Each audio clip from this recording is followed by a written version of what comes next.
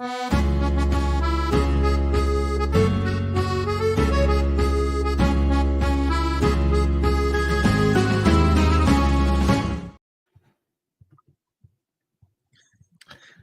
morning, my teacher friend. Here just in time for the Gameweek 13 Net That Haul matchups review show.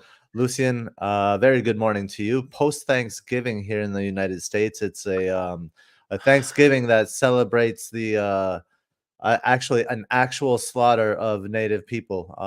But now it's just a time to be thankful. So I'm going to take that and run with it. And I have been thankful this past week. How are you this morning? Shopping, non-stop shopping. We celebrate Black Friday here in Malaysia more than Thanksgiving. So, yeah, I've just been doing a hell of a lot of shopping. I think my family has bought a lot of things for people this Christmas. And Hmm. all I have are a new pair of AstroTurf boots, which I'm saving for next year. Okay, nice one. I've actually done the same thing, and all of my Christmas shopping is done. So, so that's how I take advantage of it. Just getting it done early, and thankfully this year my kids they're just like reading nonstop. So I had the extreme delight of just buying a bunch of books.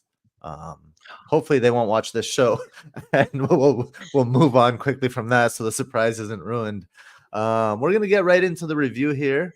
We have look at that, Tavernier, Gordon, and Onana here on the slide. I didn't have time to clip the highest points getters and all that of the game week. I also just kind of want to get right into these fixtures because there were some well, intricate ones. Let's put it that way.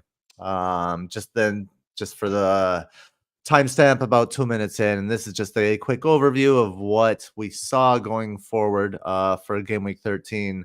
And it actually, I'm quite happy that the Manchester United one, that solid red bar, did not come to fruition, and we have another team competing. We'll get more into the details of that shortly, but we'll start with the marquee fixture of the game week.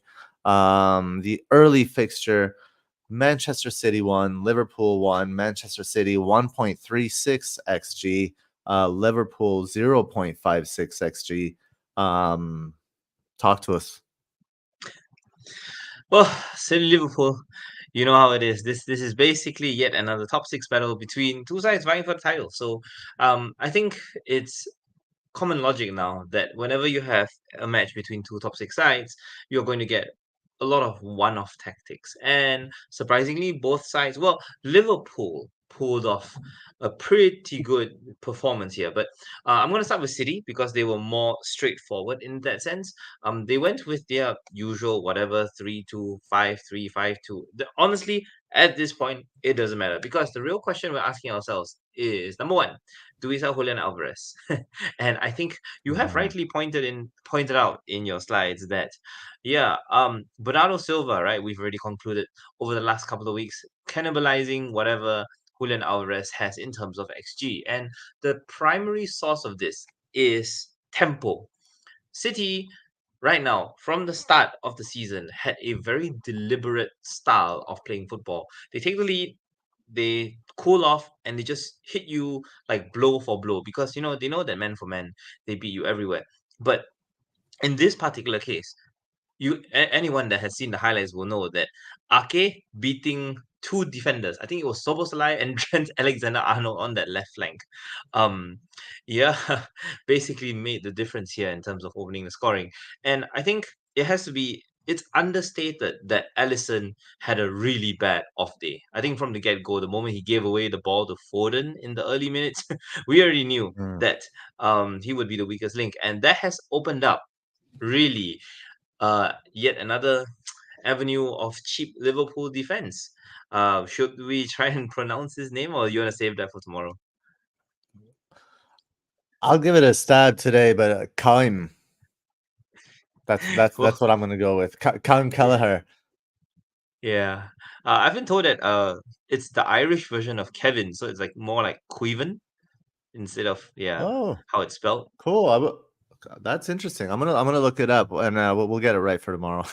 Yeah. Well, anyway, so I think we're gonna start with Liverpool's clean sheet potentials for FPL purposes because right now, Liverpool, right? You have to imagine how they will keep a clean sheet rather than whether they'll keep a clean sheet. Because there are two types of teams that keep clean sheets in terms of top six.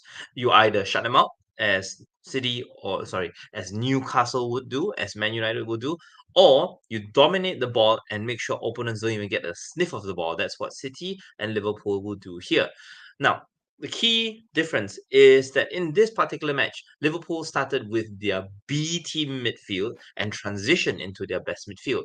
They did not start with Gravenberch, and instead they went with Jones and Jota. So really, right now for Liverpool, they are aiming to keep things simple at the very beginning, and then they become more and more complex as the game progresses. I think that's what we love about Liverpool because Mohamed Salah in all of this is a gem. We know that Salah in Liverpool's quieter phases plays a more creative role. And when Liverpool are in full force, when Salah plays a proper striker that operates between the right half spaces, then he becomes a significant goal threat.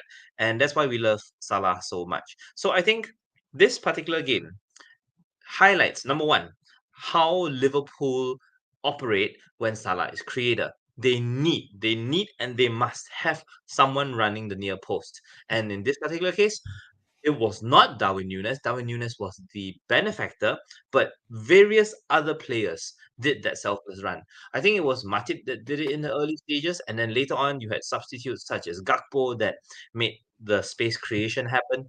But really, as long as Salah is a creator, he needs someone running into the near post, and that space just opens up for him. And it was Darwin Núñez that had most of the chances in the first half, and Trent's goal, his equalizing goal, was exactly how that space was created as well, with Gakpo making that shield run for him. Um, and yeah, just a quick Mm. word for City.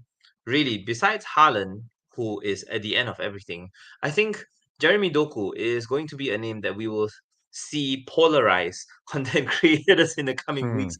Because you ask yourself, right? If you know that a City player as such has this terrific dribbling ability that can beat defenders but cannot cross to save his life, will you have faith in his shooting ability? Or do you feel that it's going to be the kind of scrappy game where Doku shoots and then somebody taps in the rebound? At the moment, it's neither, but as it stands, it looks more like Doku's shooting ability will deliver like one game in every three. And I think that's the expected return for most City midfielders in this December period. Yeah, that's interesting. I don't think Manchester City really. I can't envision Pep. Well, I guess it depends what kind of cross, right? If Doku can dribble and get to the end line right around where the 6 yard box meets the end line and cross it back in, that's also kind of considered a cross, low cross on the ground, cut back into the penalty area. I think Doku can do that. But you mentioned Ake and Ake stepping into like the Doku and Ake kind of connection there, where when Doku creates that space and Ake can send those crosses in, right? So maybe that's where those crosses might come from. Um, and I how do you think, just really quickly before we move on here, I know we're almost at 10 minutes. How do you think that conversation will be polarized? Because I'm seeing Doku, and the only kind of a drawback of Doku as a pick is, I think, the potential for benching, like many of the other mids for Manchester City. Um, so I don't know if that goes away, but I guess in a similar way to Darwin, right? Like there's a that divides the community in a similar way in terms of nailedness and ability to finish. I do believe that if a City player goes into the December period and relatively nailed, he will start 4 out of 5 games at the minimum. Mm. So yes, all City players will be rested, and you just have to be ready for it. Like, I mean, City's fixtures in the coming fixture period, in the coming congestion period, reads what? Spurs, Villa, Luton, Palace. So, I mean, you're And then asking yourself, really, blank. yeah, So and then a blank, right? So, I mean, that's when they have the Club World Cup commitments, if I'm not wrong. Yeah. So Yeah. you're asking yourself, right? Like in that period, which fixture is the most likely one where City rests a large majority of your players? So you're looking at either the Luton game or the Palace game, really. So Hmm. if they get good results against Spurs and Villa, it's highly likely to rest against Luton. Whereas if they need a good result to pick up spirits before the Club World Cup, then I can see them smashing Luton and then resting players before the long flight abroad. Right. Well, interesting. Okay, cool. We'll move on to the next one here. Burnley, West Ham. I don't know. I had this page open. 1 second. Um, but why don't you go like right into this one? Obviously, we talked about this last week that Bowen was likely going to be out. That came to pass. Bowen was indeed rested, and I gotta say, like from my perspective, I mean, just well, West Ham obviously won the game 2-1. But the XG was 0.9 for West Ham and 1.26 for Burnley.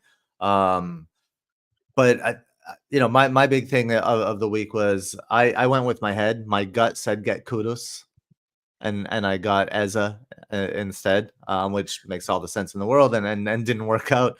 But I'm really interested to hear what you have to say about Kudus's role, and West Ham in general without Bowen. Yeah. Okay. So just a one-liner on Burnley. Koleosho, yes. Everyone else, who? Right? Yep. Okay, now let's talk West Ham. West Ham without Bowen or Antonio, significantly, yeah. Mhm. They tried many different things, but the most important thing to understand here is that West Ham tried to at least have a number nine on the pitch. They started with Danny Ings and then they brought Mubama on at halftime. So they at least want a focal point and then they want several midfielders running around the guy.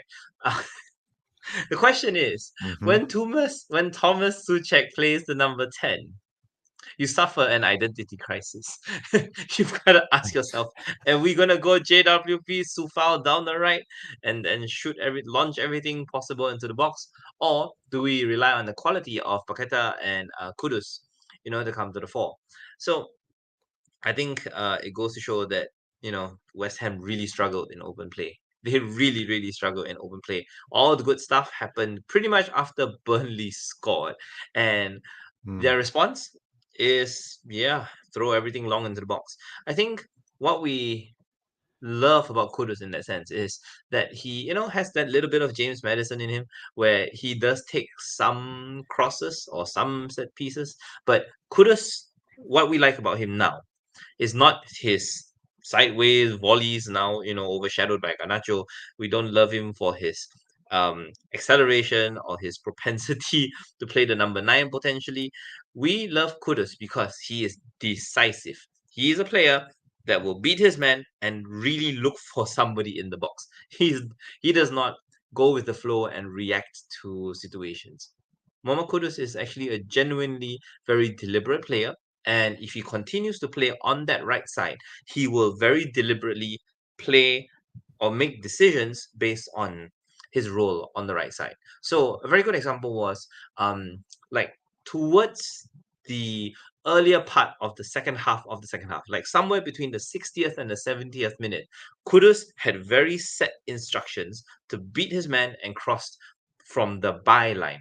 Whereas towards the end, when West Ham were doing a lot of set pieces, long throw-ins, and stuff like that, Kudus was a secondary crosser. So West Ham have this system, right, where we assume, oh, GWP is going to take everything.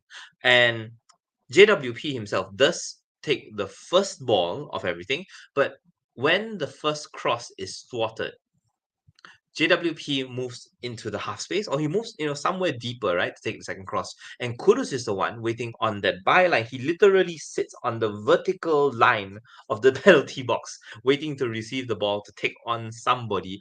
And he does not go down the byline because he knows that the penalty box is crowded.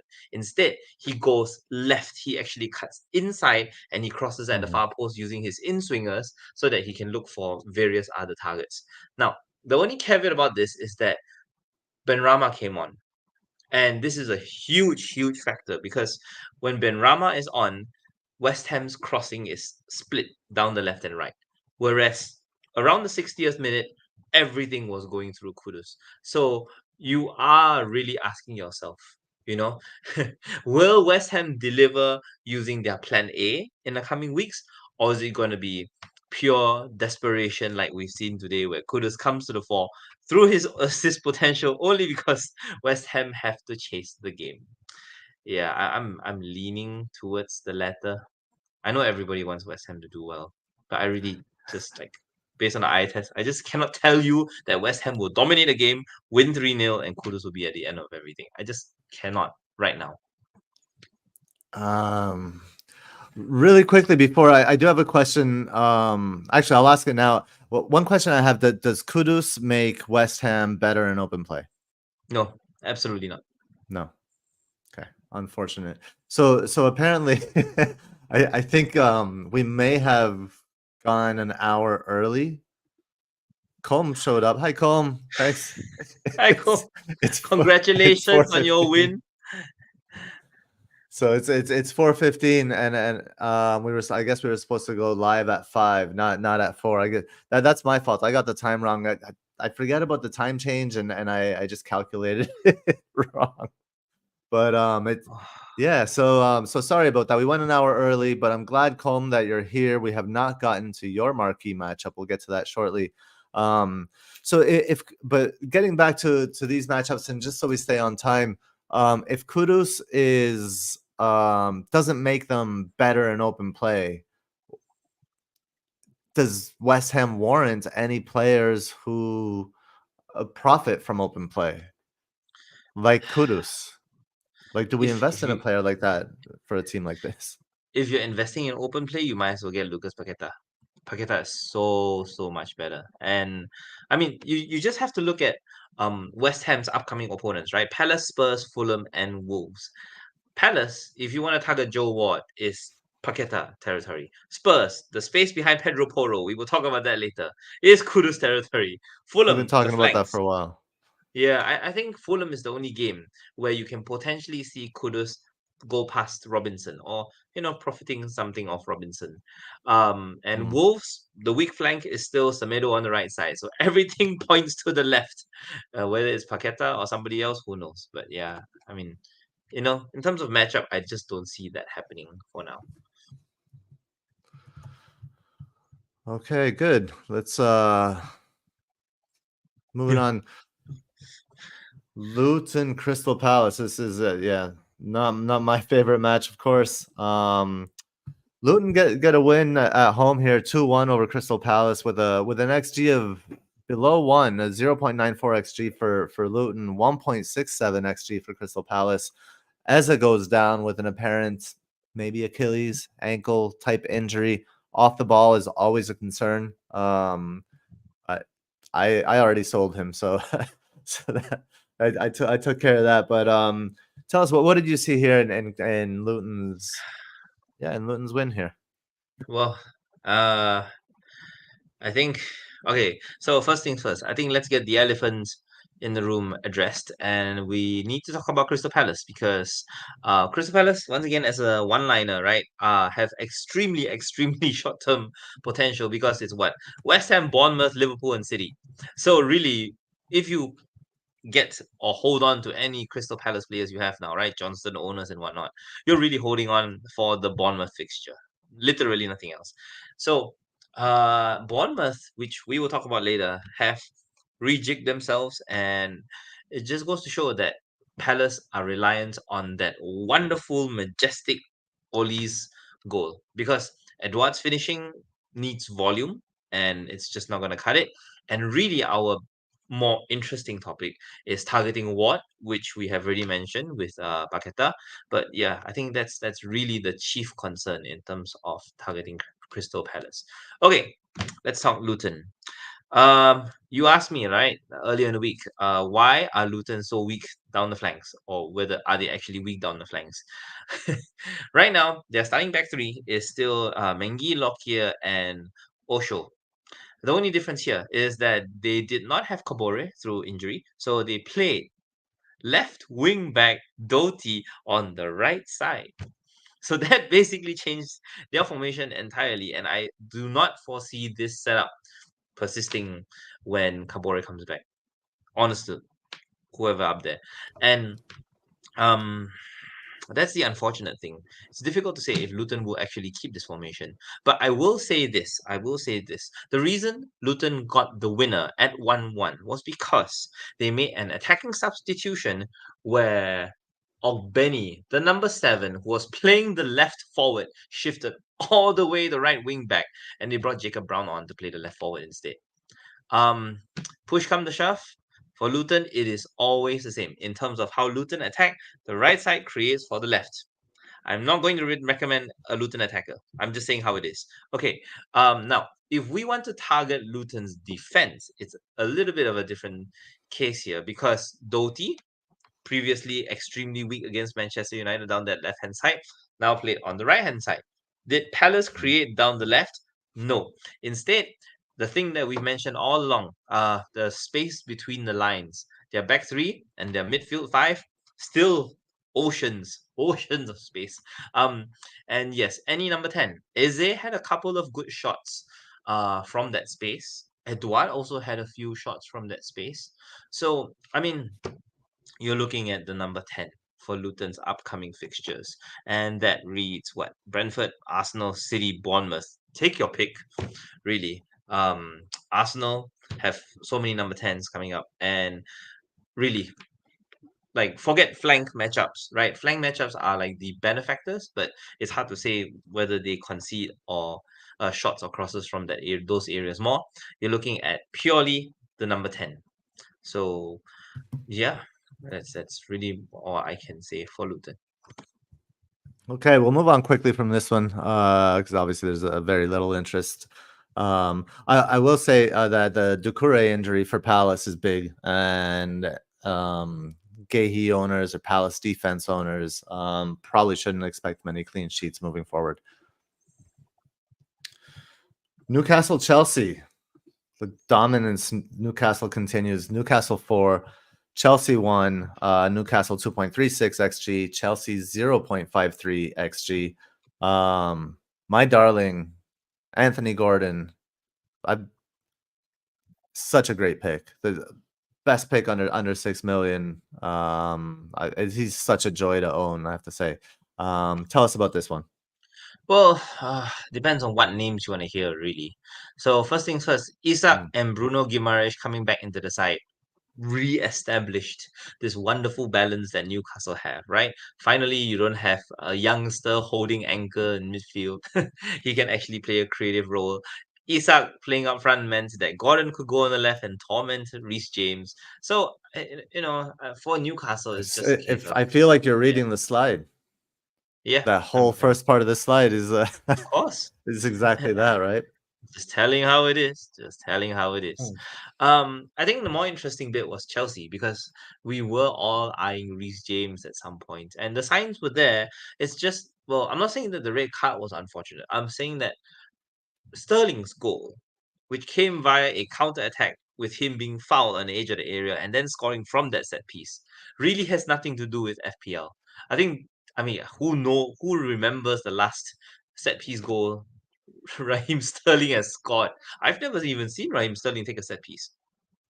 Oh, and this, I mean, people lauded it, but this is, I mean, Pope, he just had to extend his hand. Pope did nothing. That was terrible. That was just like absent goalkeeping. So, so I totally agree with you that that is not repeatable or FPL or even anything really. I don't know what that was. Yeah, I mean, the biggest issue with Chelsea is that Pochettino is trying different things, and the latest modification involved playing a very young midfielder in defensive Mm. midfield. Hugo Chogul, alongside Enzo Fernandez and Gallagher, has completely ruined the dynamic after all the hard work they did over the last few weeks. So Chelsea are back to Mm. square one, unfortunately, after everything wonderful that happened against City and Arsenal and whatnot. I mean, what do you mean by that? Because I mean, Caicedo should come back in, right? Yeah, so I mean, when Casado comes back in, then we will reassess. I do not think. Oh, Chelsea's fixtures get better, right? It's impossible to get worse. So we really need to assess how Chelsea does against the weaker sides in the league as compared to evaluating what we've seen against Newcastle, Arsenal, and City. Yeah, I don't So think that. so what I noticed from Chelsea and GV Subramanian is here. He's asking us to cover Chelsea's performance in detail, and I did want to get into it a little bit more here because I thought it was interesting. I I'm paying I'm paying a close eye on Cole Palmer and Conor Gallagher, and I thought their interchangeability was really interesting, and then that's something that's been developing. But we saw it more in this match, I think, than in any other match previously. Um, so because the whole thing is when Nkunku comes in, right? Does he come in at the 10? Do one of those players lose their spot? Does he come in for Nico Jackson? We don't know any of these things yet. Um, but I think the assumption has been that Conor Gallagher is pressing from behind the lines, right? Supporting the press is something that Pochettino really wants, and he's kind of cemented himself into this side. But Gallagher played a lot on the right. I'm gonna hold on, bring up his Sure. and Well, when he plays, is it that he drops because when he plays on the right, he's also a little bit deeper. Is it dropping to get possession from that right hand side, and then when he drops to get possession, then Palmer fills his space because Palmer had a lot of activity centrally, and it was more forward. It was like in Gallagher's spot as well. Like their heat maps in yeah. central areas at the 10 align. Well, I'm gonna assess. Okay, I'm gonna answer that question in two phases because one phase is FPL relevant, one phase is not. The phase where Chelsea break out of the circulation phase, right, where you have all these midfielders that drop deep and get the ball. The unfortunate thing is that even if they pull off those moves very well in deep midfield and across the centre backs, they do not. Well, they used to translate into Raheem Sterling running at defenses, but in this particular case Hmm. you are right. Cole Palmer does fill the space, and still it does not translate into a direct attack. Right now, the Hmm. Chelsea that we want to see, especially with Reece James in the side, is the kind that pins defenses all the way back in their box. Right now, the only reason Cole Palmer looks really good is not because of his penalties, but his playmaking skills from deep positions. We want Cole Palmer to not play as the number 9 or as the second striker. We want him to be in front of the two lines of defense, playing those wonderful, incisive through balls over the top, through the defense, down the line for Reece James, all the way across for Kukurea. It could be literally anybody, and that's why we love Cole Palmer so much. And we are just trying to time the right fixture to buy him because you're looking ahead, right? And you see Brighton, Man United, and Everton in the next three. Right now, if you can find whoever playing against Chelsea's left back, you basically want Cole Palmer there, or at least you want Reece James there. So, that puts another big question mark. I mean, maybe a little bit of joy for Gusto owners. But really, we are looking at how Chelsea break set defenses down because that is the most controlled environment that we are all concerned about, and that's the Chelsea we want to see anyway. If we are looking for a Chelsea that's going to rely on counter attacks, fast transitions, then it's very simple. You just get Nico Jackson and be done with it. So I'll just put it at that. Okay. Fair enough. Next one. Forest against Brighton. Forest 2, Brighton 3. Interesting game, this one. Bring up the stats here. Forest 2 goals, XG 1.93. Brighton 3 goals, XG 1.48.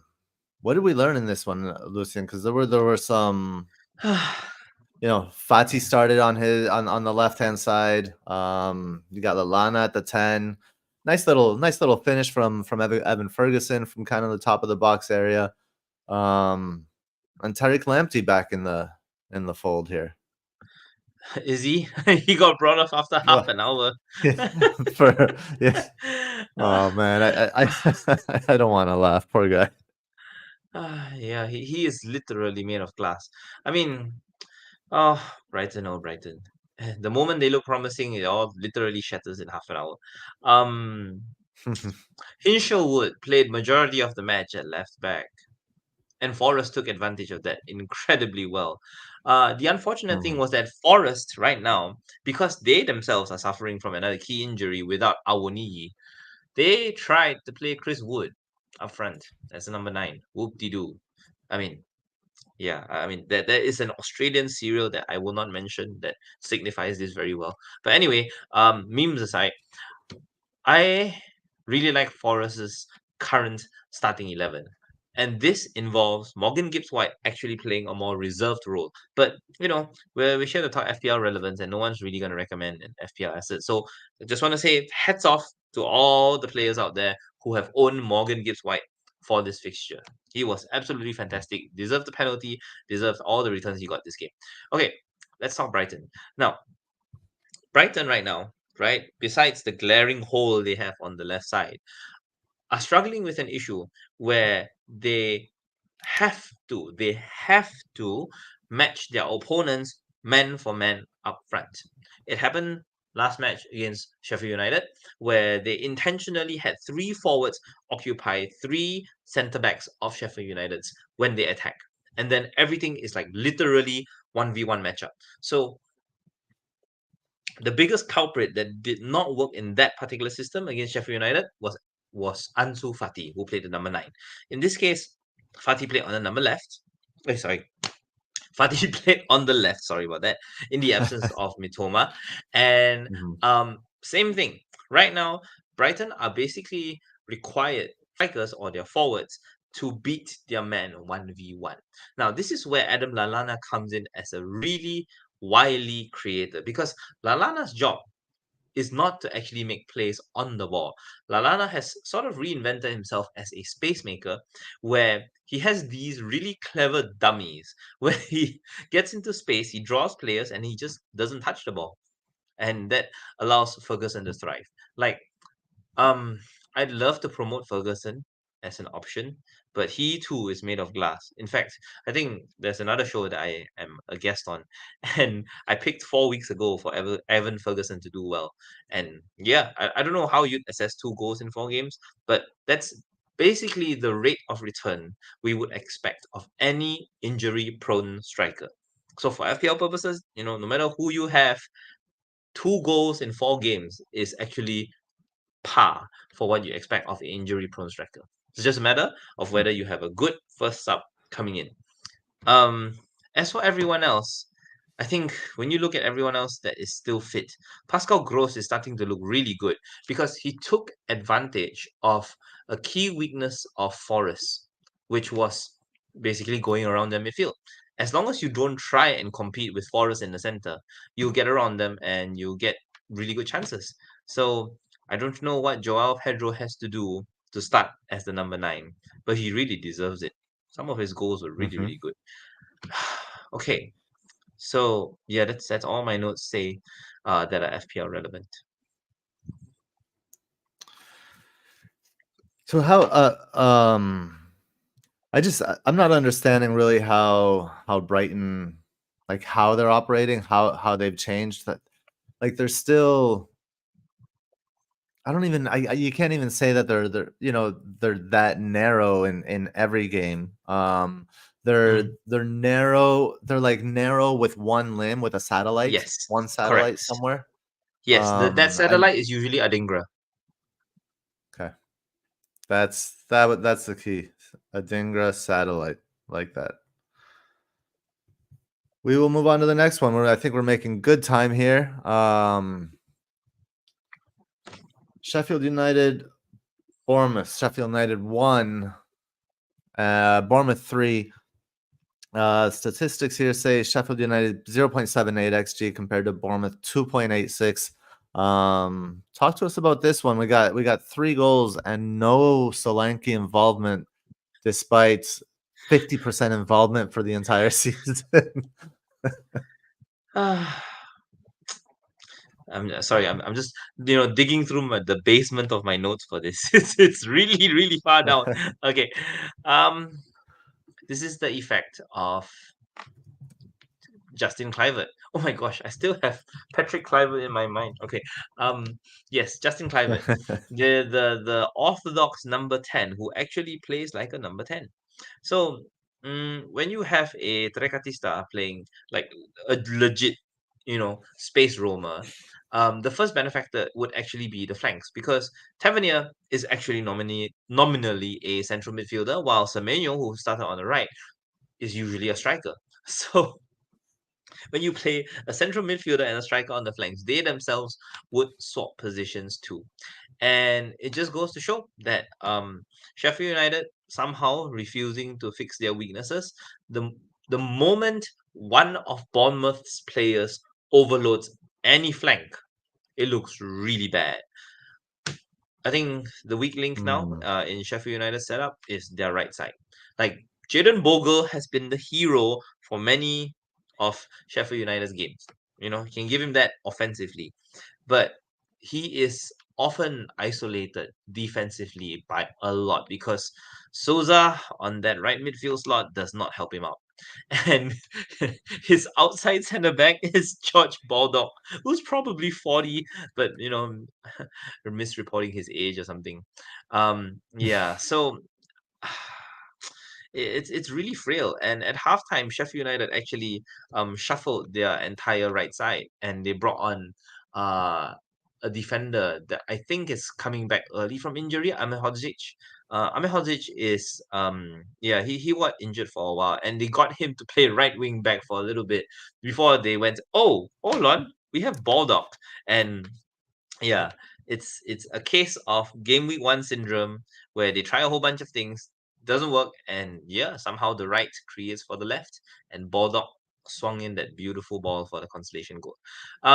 But yes, I think the chief question we're all asking is, do we actually take Bournemouth seriously, right? uh Hmm.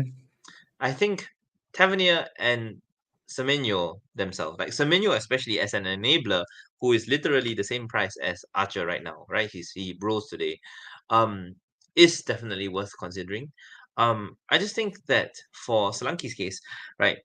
Remember how last week I was laughed at for saying that Solanke's the sharpest striker in the league. So I mean, my stance, my position still stands really, because all you have to do, like, okay, I'm sure plenty of people would have bought Solanke and they would have watched Solanke play this game in some sense. And Solanke is there. He's there waiting for rebounds. He's there chasing balls down. He's there, like, doing the number 9 things, expecting defenders to make mistakes. That is literally Solanke's job. He's not there to be the far post tap in merchant that Haaland is. He's not there to be a pivot playing other strikers in. The pivots are all the central midfielders and all the wingers that cut in field. So really, if you want to invest in Bournemouth, it's either Tavernier or Semenyo. I don't know Mm. what Philip Billings' injury status is, because he did come on as a sub. But if Billing comes in, it's going to change the whole dynamic altogether. So I'm just going to wait with bated breath, because Bournemouth, uh, they're on a roll. I give them that. But I suspect that whatever FPL potential we see right now is purely short term, especially when Billing comes back into the fray. So you don't think that we're necessarily seeing Iraola's system beginning to take hold with these this improved play with Bournemouth? I will only take Irola's name seriously when I see the fullbacks get involved. The fullbacks are still very far back, and yeah, it's still a very, very reserved version of Irola's philosophy. So Hmm. I can't say much. Okay. Brentford 0, Arsenal 1. Brentford XG 1.19, Arsenal 1.65. And again, I gotta say,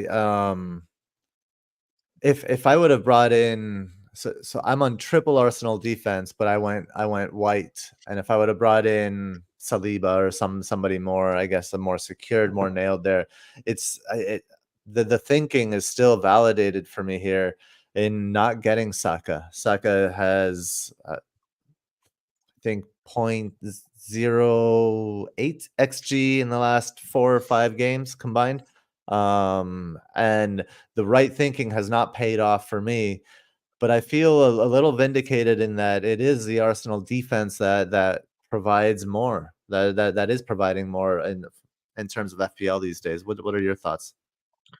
That is true. Although, this is the game where we witnessed the return of the king. Odegaard finally played on the right half space again. Thank goodness, no Kai Havertz shenanigans. And we finally got to see Kai Havertz play on the left-hand side. Far post header, right? Sounds familiar. But anyway, Kai specialty. yeah, finally, right? I'm Yep. quite happy for him, although I still find it really funny. Haven't But seen that since really, the Community Shield. yeah, exactly that, right? Hmm. Yes, that was definitely more recent than the Real Madrid friendly. Okay, so Yep. when Odegaard came back, what we saw was a complete change in the side, in the sense that we used to say, right, week after week, that the right creates for the left, right creates for the left, right creates for the left. And with Odegaard back in the side, the right and the left actually have a solid connection. It's quite fascinating to see that Odegaard has the ball in midfield, Saka's on the wing, and then Odegaard can actually just play a simple ball to Zinchenko on the left half space, which is a connection that nobody has actually ever explored. So in the first half, production was evenly split left and right, because on the left they had Martinelli and Zinchenko with Trossard in the box. So it was, everything was really really even. But what stood out was in the second half. This is not going to be good news for you, Gabriel. I really apologize in advance for this. But number one, it has to be said that despite the lack of XG, when crosses come in from the left, right, before Martinelli was Mm. subbed off, Saka is one of the targets in the box. I can safely say that. So he's not getting the XG, but there's a very high chance that one day he might accidentally get high XG because he is in there. I can be a witness to that. Secondly, Saka's creative potential is, for me, the deciding factor to bringing him in, because for some weird reason, Saka with one assist gets very close to bonus points, and I think Yep. that's more relevant for FPL. Yeah, he's like the David Silva of Arsenal right now, It's because his assists. yeah, That was a 5 point assist, I think. All his yeah. assists are 5 points. Yeah, and I mean that as a legitimate thing, because I do feel that Saka's crossing, right, when from a deeper position, when he's looking for players like Gabriel Jesus, running, those near post channels, he's really good at making those in swingers that where he doesn't drive the ball, Mm. he actually plays an in swinger that dips after the first defender. Yeah. Yeah, Hmm. yeah. So I think that's a very underrated skill that I would love to see more often instead of him driving down the right side. But yeah, I do feel that, Saka plus two defenders is a very balanced and suitable approach for the coming weeks. Yeah. Yeah. I agree. It is the balanced approach. I yeah. Well, we'll talk more about that tomorrow, I think. But I don't know. I don't see. I think there's upside elsewhere, especially for that price. I mean, say independently of price, if you give me Saka or Gordon, I choose Gordon, Ah, even yes. without Pens. Okay. Mm. Maybe Pens makes it a little more equal, but yeah. Um, Oh, I forgot Saka about Saka just Brentford. it doesn't matter what happens. Saka just Yes. just create. He has points. He gets points every Mm. single time. So Yes. Brentford. Okay. Yes, Brentford. Well, no Hickey, so you now played left wing back.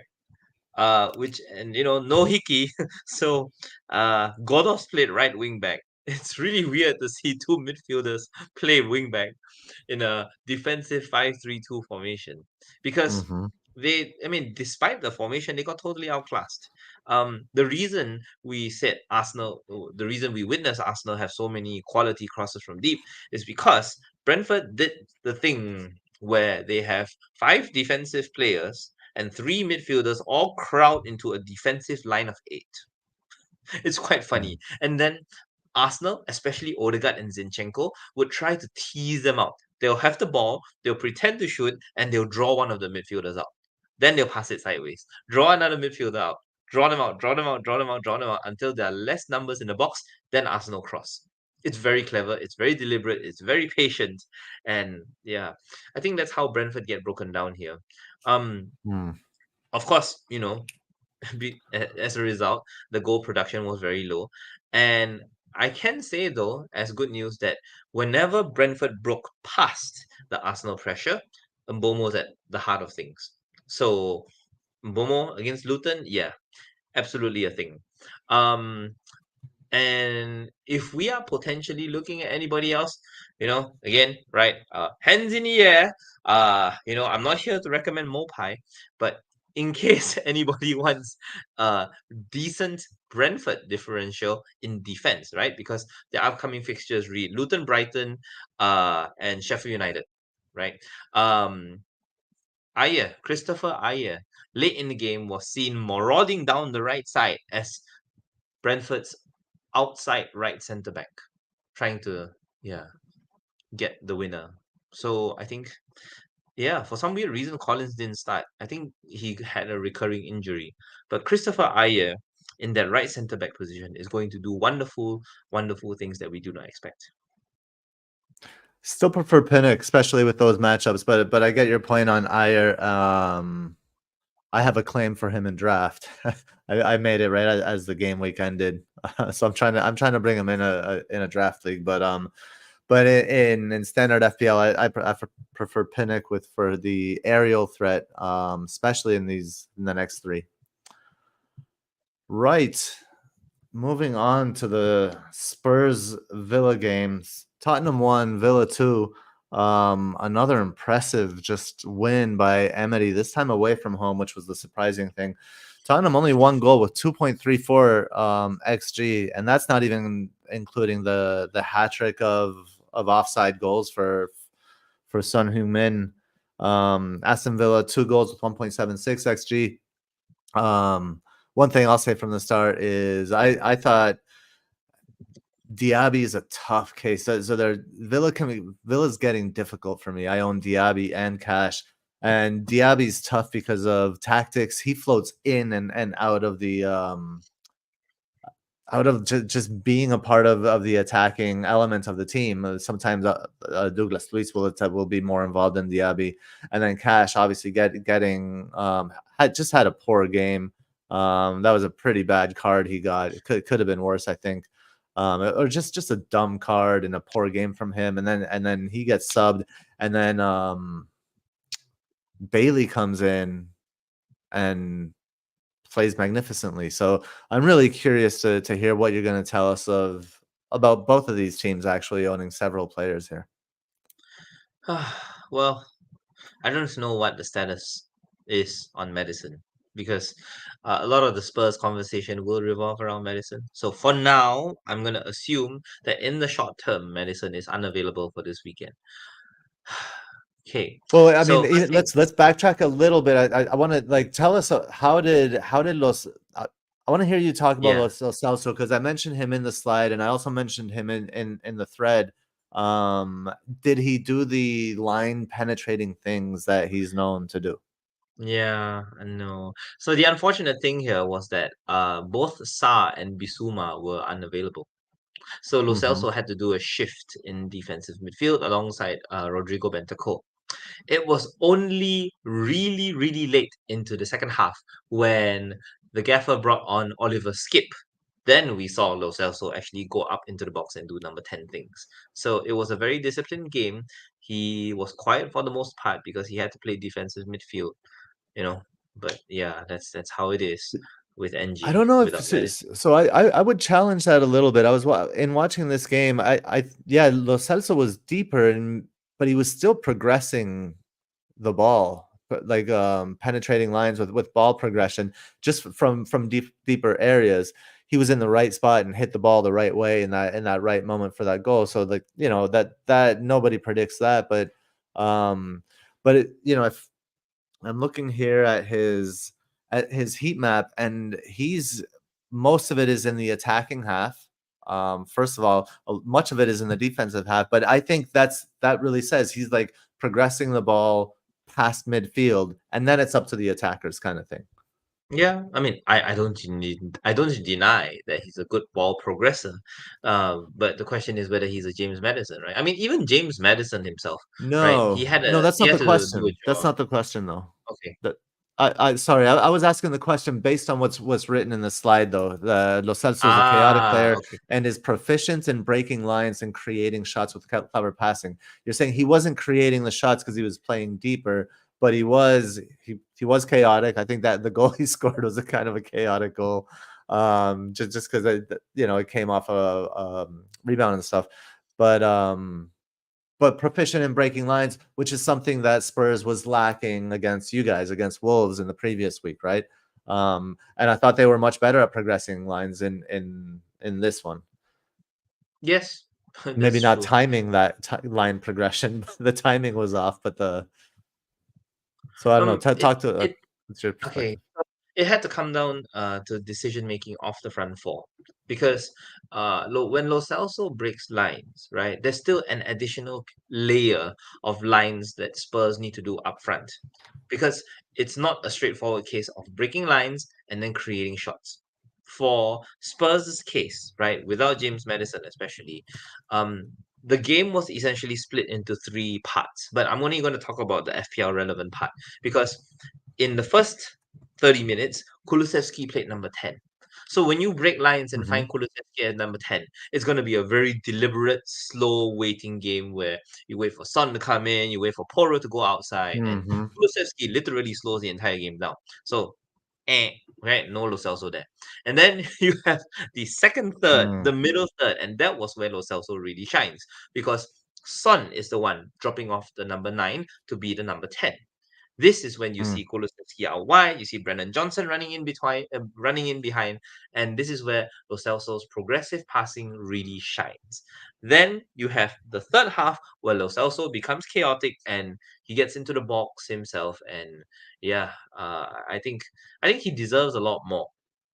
Okay. I just feel that he has to work with an equally chaotic player, and I think it was very deliberate that NG in preseason, paired him. He put him in the second 11 to deliberately work with Richarlison as the number 9 because Lo Celso and Yeah. Richarlison work very, very well together as chaotic players as compared to the more Yeah, of course. deliberate. He's the Yeah, first that comes to mind for sure. yeah. Such a shame. And then talk to us about let's go. So we only have 8 minutes left, and we're still trying to get to two more matchups. But we have to talk about Villa. Have to talk about Diaby, the role of the subs, how the subs changed the team. I feel like there's quite a bit to discuss about Villa here, and then we'll try to get through the next two as quickly as possible. What can you tell us? Well, I'm gonna summarize it real quick because once again, Villa come up with a different formation. There's no point talking about subs if they don't even come up with a consistent formation. We said Tillemans started as left midfield. This time McGinn started on the left. They played Cash on right wing. And well, all I know so far, all I have for you, everything consistent, is that Villa right now play 4-4-2. And it's a flat Mhm. 4-4-2. So and in that flat Not 4-4-2, always. Cash, Sometimes it's the 4-2-2-2. yeah, Sometimes it's a flat sometimes. 4-4-2. So It's changed. It changes. so for FPL purposes, I wish I could recommend something because it's just Mm, not consistent, and Emery likes it that way, and I laud him for that. I laud him for that. But I'm selling cash whenever I can. Really, I want to get like that second Arsenal defender as soon as I can. Because I just okay. find that there's no consistency in attacking output, at least from my end. Yeah. Yeah, Mm. fair enough. And I'm looking to get rid as well. I'm looking to get rid of Diaby. I'm looking to get rid of Cash.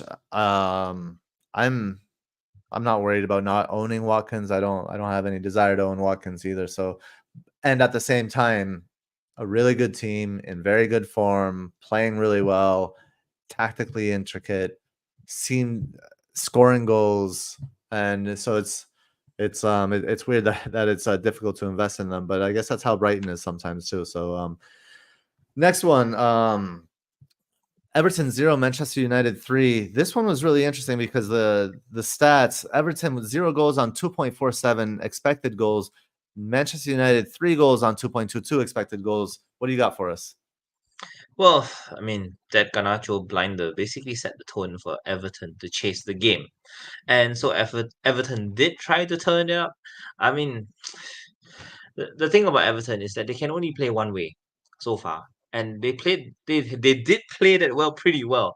Uh Long direct balls aimed at DCL with the wingers picking up the slack. I mean, we didn't see Jack Harrison streaking down the flanks, but I can safely say that the Mikolenko Dwight McNeil partnership on the left is really starting to come to fruition only because Abdoulaye Doucouré is linking that left side extremely well. But beyond that, Everton are just doing Everton things. It's just a matter of whether their strikers can score. For Man United, I think I can at least quietly, confidently say that Rashford and Dalot on the right side is a thing. The biggest question marks are actually who else fills up that right hand side, because they faded really fast. Like between Garnacho's opener and United's second goal, they had literally no shots in between. It's quite scary. Um, Hmm. but that's the way United choose to play, so be it. Having all this attacking talent. For me, it's just really telling that United, just like Chelsea, are trying to, invest in youth, and they played Kobe Mainu in central midfield, and then later they Mm-hmm. brought on the likes of Pellistri. So I'm okay with that. It's just a matter of setting expectations. And right now, Man United are just a so-called mid-table team who's trying to blood youngsters into a first team starting role so that they can phase out other super old experienced players like Casemiro and Eriksen, or maybe just alternate between them. That's fine. Well, one thing I saw is I did see Garnacho and Rashford did switch sides a couple of times, so there is some fluidity there. I thought, I called out, obviously Ashley Young is the weak link there, and then I called that out for Rashford to play that side against that kind of like put your strongest player against their weakest one, and it took an extraordinary effort from not their strongest player. So feel a little vindicated there, and Ashley Young is obviously still the one to attack. But I still don't see any team cohesion yet, despite the good results from Manchester United. I did see a little bit of a different Rashford, so hopefully he starts to grow into that confidence, and we get some quality from that side. All right, the final one, the Combe Lucian Derby, Fulham 3, Wolves 2. Fulham 2.9 xg, Wolves 1.35 xg. Go for it. The rest of the time is yours, other than the goodbyes, of course. You have about This 3 game minutes, ended. This so I'll give you this 2. game ended 1-1. This game ended 1-1. Colm and I, we would shake hands and agree that this game ended 1-1 around the half-hour mark, and that's it, right? Everyone went home happy. I mean, when VAR takes center stage, I mean, I can only analyze so much, and all I can say is, number one, Bellegarde, as a right-sided midfield, well, midfield slash forward, right? Um, we've already noticed this last week, where Bellegarde pushes forward whenever Cunha drops back. He literally runs like in the opposite direction of where Cunha goes. Um, but I think more importantly is with Wolves right now we can at least establish that the right creates for the left, or they have so many advanced runs going down the right side. And with Lamina suspended for their next game, I think Wolves attack next game week is going to be very muted. Is that enough to say? But for Fulham, Fulham without Palinia looked really balanced actually, because Mm, um one of the biggest issues that Fulham have is that Palinia is so dominant on that left hand side that they create a gaping hole on the right. They've tried to fill it with so many players like Reed, Pereira, it will be I've run out of names, and this time mm-hmm. round they just went, we feel two weak players, Kenny and Reed, who cannot defend but can hold the ball, and they play quarterback. And they send all these long passes for Willian out wide, Robinson in the half space. Castan was also really wide and high up. I mean, and Iwobi was like drifting all over the pitch. It's refreshing. Yeah. Unfortunately, I'd say it's short term. I would say it's short term when Palinia comes back, and that's okay. Yeah. That's completely Yeah, okay. Paulinho will come up, but I think one thing they will learn from this is that drifting it will be coming in from the right side, drifting into the central areas, and that the timing that takes, releasing Anthony Robinson. Thank you so much. As we hit an hour mark here, thank you, Lucian, once again. And I will thank you, everybody in the chat. We had about close to up to 20 people. Hopefully, everybody hit likes and share with your friends. And I will see everybody tomorrow, right? Provide feedback, please. Um, Provide feedback, please. please provide us some feedback. Let us know what you think of this show. This show it's an experiment, basically like everything we do. So we will evolve it. Here are all the haulers. I'm not going to read them out today, just in the interest of time, and also because we're going to read all the haulers tomorrow in the matchup show. Thank you so much. Hope you did well in game week 13. And I'm going to get us out of here the right way. I think probably for like the first time ever. Peace.